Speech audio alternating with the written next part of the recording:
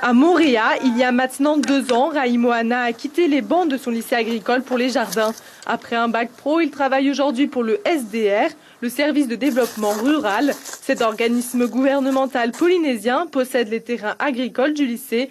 Raïmoana y gère la partie bio. On est dans la ferme pilote du lycée agricole qui fait partie du programme intègre. Donc là, nous sommes dans une serre à tomates où nous essayons justement des variétés de tomates en bio.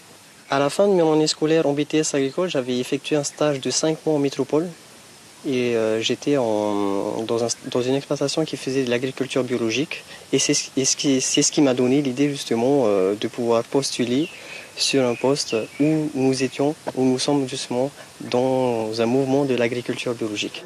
Cultiver bio, une pratique rendue possible grâce au projet européen Intègre qui finance les lycées agricoles pilotes.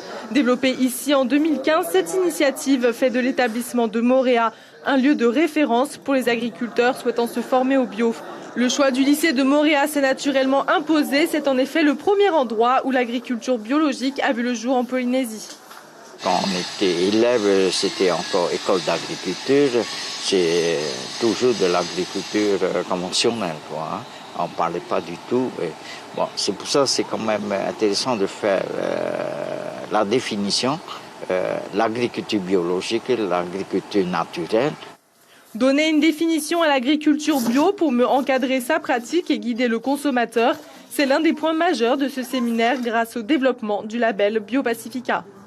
Tous les ans, on est contrôlé, on a des comptes à rendre, on doit dire tout ce qu'on a, toutes les pratiques culturelles qu'on a faites, donc tenir quand même de façon rigoureuse un cahier d'intervention, garder toutes ces factures d'achat, d'intrants. Ces contrôles garantissent aux consommateurs un produit véritablement bio. En Polynésie, seuls 15 agriculteurs détiennent ce label, 5 autres sont en attente. Un chiffre en hausse révélateur d'un besoin des habitants du Pacifique de se tourner vers une agriculture plus saine.